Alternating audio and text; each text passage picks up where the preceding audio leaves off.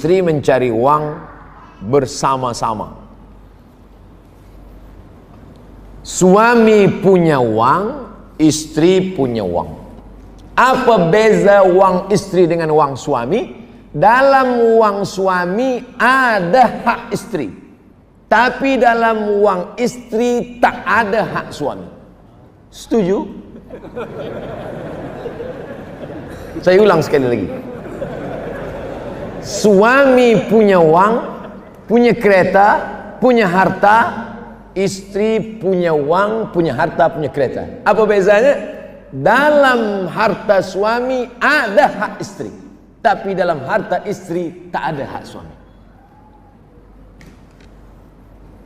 Bila ada suami istri bekerja bersama-sama, siapa yang menanggung nafkah belanja? Suami. Kewajiban suami ada 5: makan, pakai, tempat tinggal, pendidikan, perhatian. Bila dia tidak memberikan itu, maka dia zalim, dituntut di hadapan Allah SWT. Hukum asal perempuan itu di mana? Buka Quran. Waqarna fi buyutikunna. Perempuan mestinya di rumah, tidak bekerja. Perempuan itu di rumah saja. Jangankan untuk bekerja di luar, membawakan air minum tamu pun tidak. Bila dia dah buat, dia panggil, hai pembantu, nih bawa kepada tamu. Tapi kerana Islam ini agama rahmatan lil alamin, maka Asma memikul makanan unta di atas kepalanya. Asma saudara kandung Aisyah. Nabi Muhammad SAW menengok Asma, Nabi menolong Asma membawa pulang ke rumah. Itulah dalil perempuan boleh bekerja, kerana Nabi tidak melarang Asma. Seandainya Nabi melarang, hei Asma, pergi balik, haram. Haram perempuan bekerja. Perempuan boleh bekerja kerana Nabi tak melarang Asma, tapi dengan syarat izin suami. Tapi izinnya memang betul ikhlas izin, bukan kerana terpaksa. Karena banyak juga suami beri izin kerana dia terpaksa. Abang, aku nak kerja, kalau kau tak izin, awas. Yang kedua, tempat bekerja itu tidak ikhtilat. La yakhluwanna rajulun ma'amra'atin illa ma'adhi mahramin. Tak boleh berdua-dua tanpa ada mahram. Yang ketiga, la tabarrujna tabarrujal jahiliyatil ula. Tak boleh bersolek-solek jahiliyah. Bila selamat daripada ini, maka perempuan boleh bekerja, tapi hukum asal nafkah adalah suami. Bila istri mau membantu, maka tatawwu, bagian dari sedekah. Sebenarnya ini bukan kewajibanku, kata istri, tapi sebab aku kasihan melihat engkau, aku nak bersedekah sikit. Pakailah. Itu hukum asal. Wallahu a'lam bishawab. Untuk salat isyraq bagi perempuan bujang, tidak mengapakah salat di rumah sahaja? Ini bertanya apa menawar? Hadisnya hasan, paling tinggi sahih, di bawah sahih hasan, di bawah hasan dhaif, di bawah dhaif maudhu', tak laku, tak pakai. Hadis maudhu' jangan riwayatkan, jangan sampaikan, haram. Contoh hadis maudhu', al-bazinjan syifa'un min kulli da', terung obat segala penyakit. Siapa yang membuat? Yang menjual terung. Man shallal ghadata fi jama'atin, sesiapa sahaja yang sembahyang subuh berjamaah, thumma qa'ada, kemudian dia duduk berzikir mengingat Allah, hatta tatlu asyam, sampai terbit matahari, thumma yusalli rak'ataini, kemudian dia salat sunnah 2 rakaat, kanat lahu ka ajri hajjatin wa umrah, maka dia dapat pahala seperti haji dan umrah. Sampai saat ini saya belum pernah membaca syarah ulama dari Sunan Tirmidzi. Hadisnya ada dalam Sunan Tirmidzi, syarahnya Tuhfatul Ahwadhi, atau dalam kitab fiqh lain yang menyatakan boleh keluar daripada 3 syarat.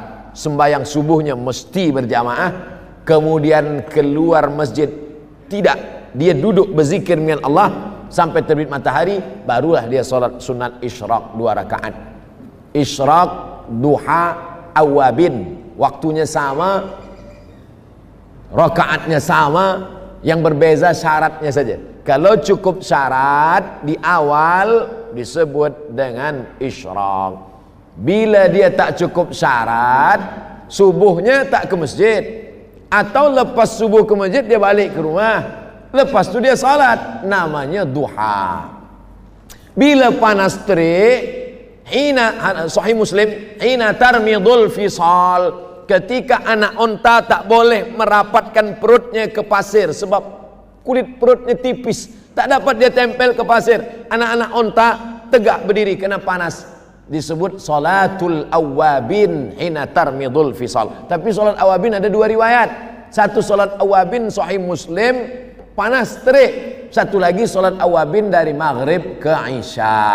Bila ada yang mengatakan jangan buat salat awabin dari maghrib ke isya, hadisnya dhaif, memang betul hadisnya mursal. Mursal itu artinya ada nama sahabat yang hilang, tiba-tiba dari Nabi terus saja ke tabi'in, tak ada sahabat, mursal. Tapi hadis dhaif tetap boleh diamalkan kalau cukup 5 syarat. Pertama, bukan masalah hukum hakam halal haram.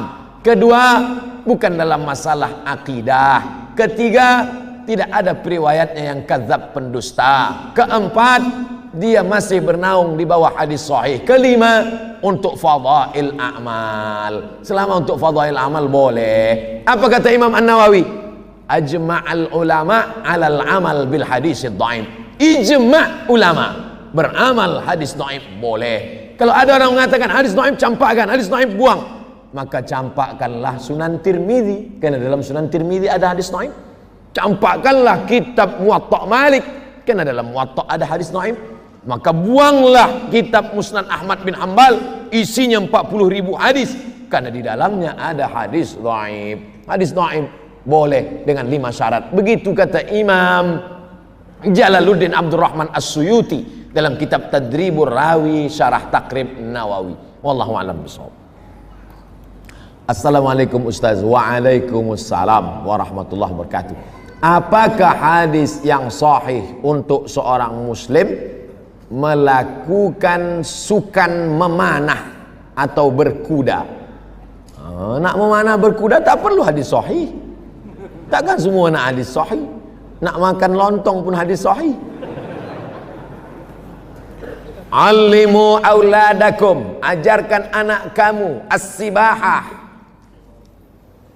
berenang, warrimayah, memanah, warukubal khail, menaik kuda. Dalam riwayat lain wal furusiyah.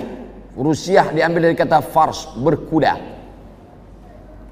Apakah ini hadis marfu', mulut Nabi yang bercakap? Ikhtilaf ulama. Sebagian mengatakan tak sampai pada darajah sahih. Tapi andai pun dia dhaif tetap boleh diamalkan karena dia bukan masalah ibadah. Dia bukan masalah halal haram. Dia hanya untuk motivasi. Tapi ini pun mesti saya jelaskan. Saya tak ingin pemuda-pemuda pergi berenang di tempat orang asyik berenang, mamam cakap bercampur aduk ikhtilat lelaki perempuan. Awak kenapa berenang? Alimu auladakum as-sibahah. Hadis lain tak ada hafaz, hadis ni hafaz. Tak betul. Tapi yang riwayat sahih, ucapan Umar bin Khattab. Umar bin Khattab menulis surat, dikirimnya kepada penduduk negeri Syam. Buatnya surat, alimu auladakum as-sibahah warrimayah wal furusiyah. Ajarkan anak kamu berenang, memanah dan berkuda. Jadi masalah ini jelas. Jadi andai beramal berbuat tak ada kait mengait dengan ibadah mahdah, tak perlu berhajat kepada hadis sahih. Ucapan perbuatan ulama, olahraga, sukan, maka ini baik sekali bagi pemuda-pemuda insya-Allah. Apalagi pemuda hawa nafsunya bergejolak, pergi berenang. Kita di Brunei Darussalam tepi laut, pergi berenang ke laut. Kalau sampai ke tengah bukan nafsu hilang, orangnya hilang sekali. Wallahu a'lam. Assalamualaikum Ustaz. Waalaikumsalam warahmatullahi wabarakatuh. Bagaimana caranya berta'aruf dengan ajnabi? Ajnabi yang tak mahram, tak ada hubungan mahram. Lelaki perempuan tak boleh berdua. La yakhluwanna rajulun ma'amra'atin illa ma'adhi mahramin. Ajnabi. Dia nak kenal, ta'aruf. Bagaimana caranya? Ta'aruf. Kalau sesuai ta'aruf, khitbah. Kalau sesuai khitbah, akad. Ta'aruf, khitbah, akad. La yakhtiba rajulun ala khitbati akhi. Tak boleh meminang perempuan yang sudah dipinang orang lain. Assalamualaikum Tuan Haji. Waalaikumsalam. Anak Tuan Haji sudah dipinang orang? Sudah. Saya nak pinang lagi. Berani berapa? Haram. Putus nanti silaturahim. Adapun khitbah, balik dari tazkirah, nampak dari jauh agak cantik, ditanya kepada masyarakat dekat masjid, anak siapa yang tadi pakai tudung apa, saya tak nak sebut warna, nanti tahu pula. Oh, anak Haji fulan. Datanglah bertamu.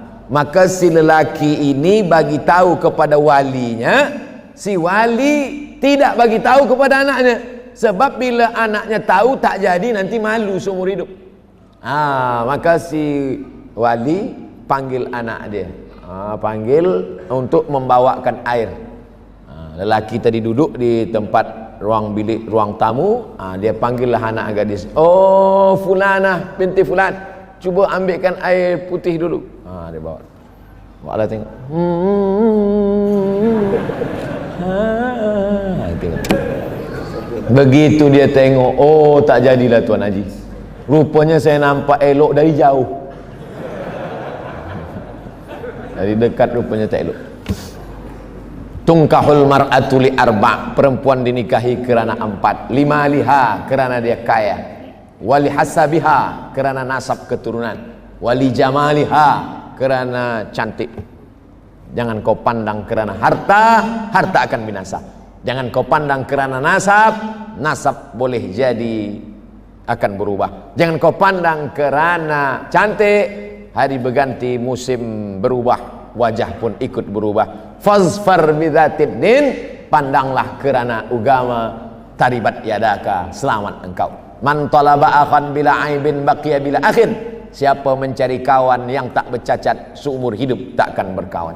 Istikharah, tawakkal 'ala Allah. Fa idza azamta, kalau kau sudah azam, fatawakkal 'ala Allah. Mudah-mudahan yang pemuda-pemuda yang belum berjodoh didekatkan Allah jodohnya insyaallah. Yang mengucapkan amin yang belum menikah. Yang udah untuk anak-anaknya.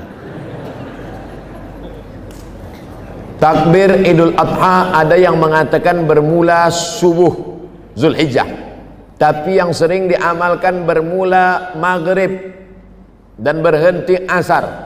Allahu Akbar, Allahu Akbar, Allahu Akbar, la ilaha illallah, wallahu akbar, Allahu akbar, walillahil hamd. Kapan? Bila dimulai? Dua pendapat. Pendapat yang pertama, asyuru' ila salah, ketika pagi berangkat dari rumah akan pergi ke tempat sembahyang. Pendapat yang kedua, tenggelam matahari petang kerana awal hari bukan jam 12 malam. Yang awal hari jam 12 malam itu Masehi. Sedangkan dalam Hijriah awal hari ini hari Ahad. Esok Isnin. Bila Isnin itu bermula? Isnin bermula tenggelam matahari, nanti masuk maghrib.